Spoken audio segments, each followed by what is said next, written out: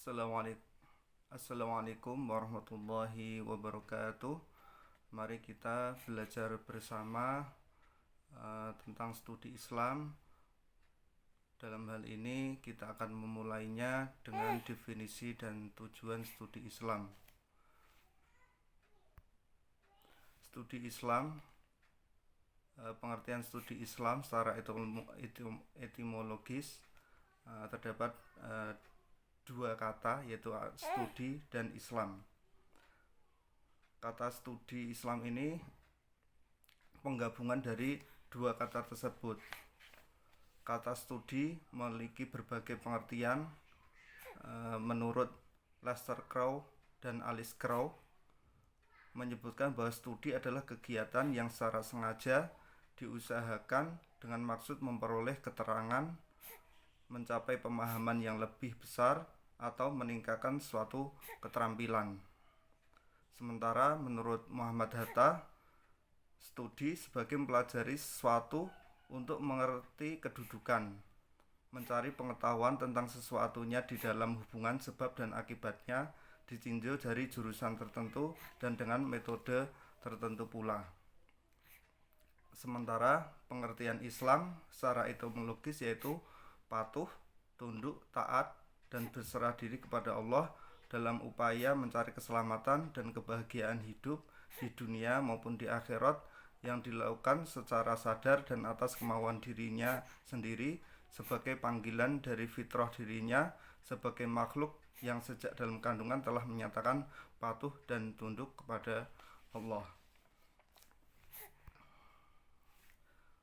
Pengertian studi Islam secara etimologis adalah usaha sadar dan sistematis untuk mengetahui dan memahami serta membahas secara mendalam seluk-beluk atau hal-hal yang berhubungan dengan agama Islam, baik ajaran, sejarah maupun praktik-praktiknya, pelaksanaannya secara nyata dalam kehidupan sehari-hari. Pengertian studi Islam secara terminologis menurut beberapa ahli, diantaranya Profesor Dr. Umar Muhammad Al-Tauni Asy-Syaibani berpendapat bahwa studi Islam atau pendidikan Islam adalah usaha mengubah tingkah laku individu dalam kehidupan pribadinya atau kehidupan kemasyarakatannya dan kehidupan dalam alam sekitarnya melalui proses kependidikan, di mana proses perubahan tersebut dilandasi dengan nilai-nilai Islami. Kemudian menurut hasil Kongres Sedunia tahap 2 tentang pendidikan Islam tahun 1980 menyatakan bahwa pendidikan Islam atau studi Islam ditujukan untuk mencapai keseimbangan pertumbuhan pribadi manusia secara menyeluruh melalui latihan-latihan kejiwaan, akal pikiran, kecerdasan, perasaan, dan panca indera dengan mengembangkan seluruh aspek kehidupan manusia.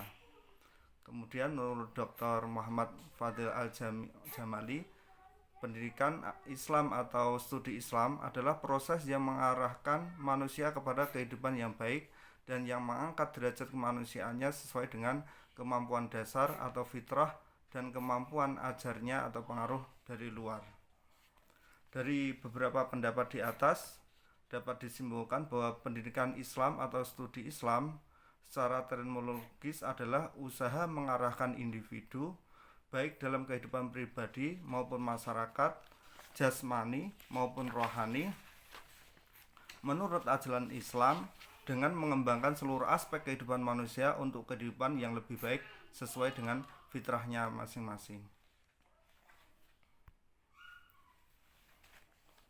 Lalu apa urgensi dari studi Islam? Seiring berkembangnya zaman, agama lantas tidak hanya berfungsi sebagai penegasan terhadap doktrin semata, namun agama juga harus mampu dipelajari secara akademik. Yang pertama, munculnya perbedaan pandangan antara insider dan outsider yang memerlukan jalan tengah. Insider adalah para pengkaji agama yang berasal dari agamanya sendiri, orang dalam. Jadi dalam hal ini studi Islam dilakukan oleh orang Islam itu sendiri. Kalau outsider adalah para pengkaji non-muslim yang mempelajari Islam dan menafsirkannya dalam berbagai analisis dan pembacaan dengan metodologi tertentu, atau orang luar ya, orientalis. Problem insider dan outsider muncul pasca jatuhnya kejayaan Islam. Lalu ilmu pengetahuan pindah ke barat. Nah, dari sini orang-orang barat kemudian mulai mempelajari Islam yang pada akhirnya muncul kajian orientalisme. Pada saat itu, studi Islam di barat didorong oleh kebutuhan akan kekuasaan koloni untuk belajar dan memahami masyarakat yang mereka kuasai, sehingga studi Islam di barat juga perlu diuji. Yang kedua, umat Islam saat ini berada dalam kondisi problematik. Jadi seperti yang kita ketahui, saat ini umat Islam berada dalam posisi yang terpinggirkan atau lemah lah dibanding yang lain dalam berbagai aspek kehidupan. Sementara di sisi lain dunia terus berkembang dengan modernisasinya. Dalam kondisi tersebut, umat Islam dituntut untuk melakukan gerakan pemikiran yang diharapkan dapat menghasilkan konsep pemikiran yang cemerlang untuk mampu bersaing dengan perkembangan globalisasi. Di satu sisi, jika umat Islam hanya berpegang pada ajaran-ajaran Islam hasil penafsiran ulama terdahulu yang dianggap sebagai ajaran yang sudah mapan, sempurna dan paten, serta tidak ada keberanian untuk melakukan kajian ulang, berarti umat Islam mengalami kemandekan intelektual dan akan berdampak pada masa depan yang suram. Sementara, jika mereka bersikap kritis dan berani melakukan pembaharuan rasional guna menyesuaikan dengan tuntutan perkembangan zaman, mereka akan dituduh sebagai umat yang tidak lagi setia dengan ajaran Islam dari pendahulunya. Nah, ini umat Islam berada dalam kondisi problematik seperti itu. Melalui pendekatan yang bersifat objektif rasional, dengan belajar studi Islam ini diharapkan mampu memberikan alternatif pemecahan masalah atau jalan keluar dari kondisi yang problematik tersebut. Studi Islam diharapkan dapat mengarah dan bertujuan untuk mengadakan usaha-usaha pembaharuan dan pemikiran kembali ajaran-ajaran Islam agar mampu beradaptasi dan menjawab tantangan serta tuntutan zaman dengan tetap berpegang teguh pada sumber dasar ajaran Islam, yaitu Al-Quran dan As-Sunnah atau Al-Hadis. Yang ketiga, urgensi studi Islam ini karena umat manusia dan peradabannya berada dalam suasana problematis. Jadi pesatnya perkembangan dan kemajuan ilmu pengetahuan dan teknologi modern telah membuka era baru dalam perkembangan budaya dan peradaban umat manusia. Dalam suasana seperti ini, tentunya umat manusia membutuhkan aturan, nilai, dan norma serta pegangan hidup yang universal dan diakui atau diterima oleh semua bangsa demi terciptanya kemakmuran dan kesejahteraan hidup dan kehidupan umat manusia. Dalam sejarah dan peradaban modern, agama ini dipandang tidak ada kaitannya, bahkan tidak mampu mengontrol dan mengarahkan perkembangan ilmu pengetahuan dan teknologi modern. Itu dianggap seperti itu. Filsafat dan ilmu pengetahuan yang selama ini diandalkan ternyata juga tidak mampu memberikan pedoman, pegangan hidup, apalagi aturan-aturan yang universal. Adanya filsafat dan ilmu pengetahuan jika sampai kepada aspek nilai, norma atau hukum hanya bersifat relatif, temporal, sektoral, kondisional, dan tidak universal. Sementara itu teknologi yang semakin canggih justru menjadikan manusia modern kehilangan identitas dirinya sebagai manusia. Dengan mempelajari studi Islam ini, Islam sebagai agama yang rahmatan lil alamin tentunya mempunyai konsep atau ajaran yang bersifat universal yang dapat menyelamatkan manusia dan alam semesta dari kehancurannya. Oleh karena itu, Islam harus bisa menawarkan nilai, norma, dan atau aturan hidup yang manusiawi dan universal kepada dunia dan diharapkan mampu memberikan pemecahan terhadap keadaan yang problematis seperti ini. Disinilah urgensi studi Islam untuk menggali kembali ajaran-ajaran Islam yang asli dan murni, manusiawi, namun tetap relevan dengan tuntunan zaman. Tujuan studi Islam diantaranya adalah untuk mempelajari secara mendalam apa sebenarnya hakikat Islam dan bagaimana posisi serta hubungannya dengan agama-agama lain dalam kehidupan budaya manusia.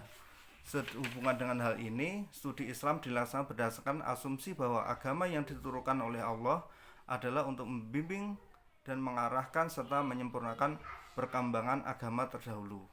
Yang kedua, untuk mempelajari secara mendalam pokok-pokok isi ajaran agama Islam yang asli dan bagaimana penjabaran dan operasionalisasinya dalam pertumbuhan dan perkembangan budaya dan peradaban Islam sepanjang sejarah.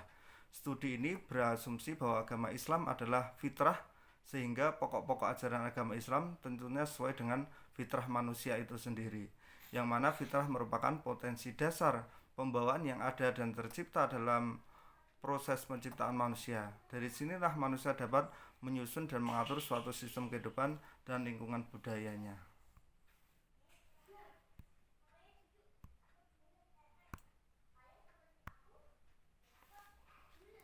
Yang ketiga, untuk mempelajari secara mendalam sumber dasar ajaran agama Islam yang tetap abadi dan dinamis, dan bagaimana aktualisasinya sepanjang sejarahnya. Studi ini berdasarkan asumsi bahwa agama Islam sebagai agama samawi terakhir yang membawa ajaran yang bersifat final dan mampu menjawab tantangan perubahan zaman. Yang keempat, untuk mempelajari secara mendalam prinsip-prinsip dan nilai-nilai dasar ajaran agama Islam dan bagaimana realisasinya dalam membimbing dan mengarahkan serta mengontrol perkembangan budaya dan peradaban manusia pada zaman modern ini. Agama Islam sebagai rahmatan lil alamin tentunya mempunyai prinsip dan nilai dasar yang universal dan mempunyai daya kontrol untuk mengarahkan dan mengendalikan perkembangan sistem budaya dan peradaban dunia. Dengan mengemukakan tujuan-tujuan tersebut, di sini tampak karakteristik studi Islam yang selama ini dikembangkan di perguruan tinggi, yaitu tidak bersifat konvensional, tetapi memadukan antara studi Islam di kalangan umat Islam sendiri yang bersifat subjektif, karena dari umat Islam sendiri subjektif dan doktriner, dan kalangan luar Islam juga yang bersifat ilmiah. Oleh karena itu, tampilannya lebih banyak diwarnai dengan analisis kritis terhadap hasil studi dari kedua sisi studi di atas.